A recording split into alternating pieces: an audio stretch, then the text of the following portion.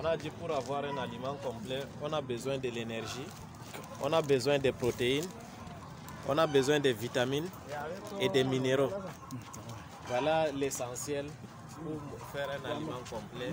Et lorsqu'on a ça, on a besoin d'une eau potable pour nos animaux. Donc ici, les énergies, on a dit on a besoin des sons, des céréales. On a besoin du céréal. Là, c'est les énergies. Ici, c'est le son de blé. Ici, c'est le son de maïs. Ici, c'est le maïs en lui-même écrasé. Ici, c'est la farine de poisson. Si vous ressentez, vous allez entendre l'odeur. Ici, c'est le tourteau de soja qu'on a dit. Ce qui peut me rappeler, ça, c'est une source de protéines d'origine quoi? D'origine animale, c'est bon. Ici, c'est le tourteau de soja végétal. Ici, c'est le tourteau d'arachide végétal. Et là, c'est de l'os calciné, la poudre d'os, qui est quoi? Source de calcium. Donc, c'est les minéraux. Donc, c'est les proportions, les ratios qu'on vous a donnés. À partir des ingrédients disponibles, vous allez utiliser. Et là, c'est le concentré, c'est les vitamines. Quand vous sentez, c'est comme nos médicaments. Quand vous êtes enceinte, on vous donne le fer. Ça dégage l'arôme, c'est le concentré. Hein?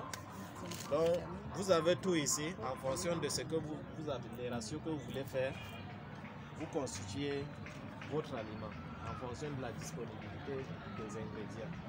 Il ne faudrait pas que quelqu'un me dise qu'il est à taille bon, il veut faire l'aliment, il veut utiliser une formule qui prend le concentré, qui n'est même pas parfois disponible en Marois, il faut commander à partir de Gauner ou bien de Yaoundé. On vous a donné une formule polyvalente que vous pouvez vous-même faire avec ce qui est disponible à la maison, sans toutefois dépendre du concentré qui doit sortir d'ailleurs. Si vous avez accès, c'est bon, mais si vous n'avez pas accès, il ne faudrait pas que ça soit une limite pour pouvoir avoir un aliment équilibré pour votre plat. On s'est compris?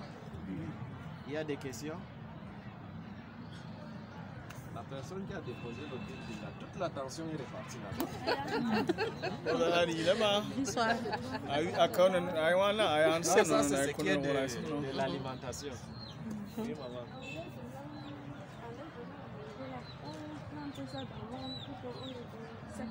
Non, on ne tremble pas. On n'a pas besoin d'humidifier l'aliment. En principe, il y a des gens qui utilisent ce système.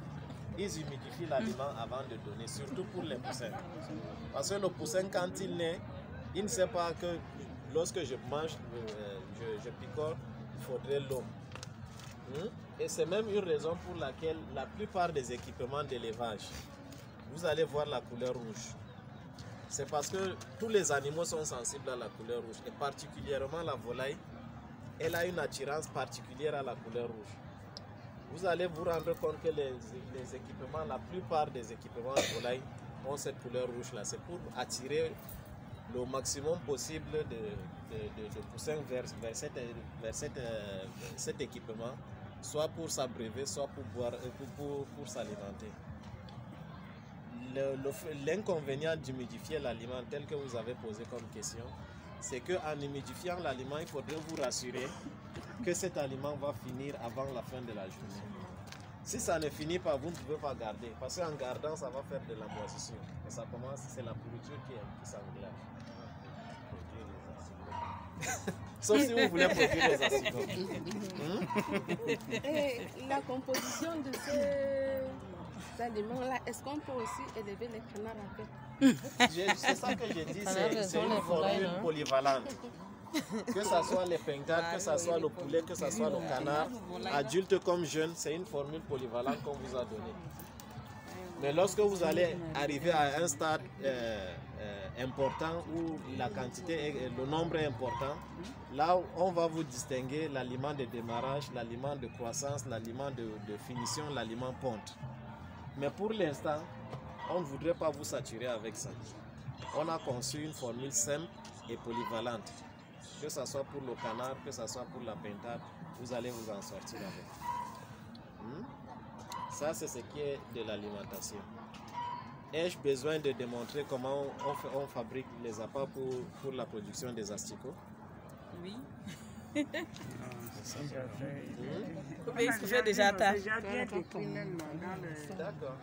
Et là maintenant, on va aller à la phase suivante, qui est l'incubation des œufs, la production des poussins d'un jour à partir des couveuses artificielles. En fait, là c'est deux modèles de couveuses que nous avions ici.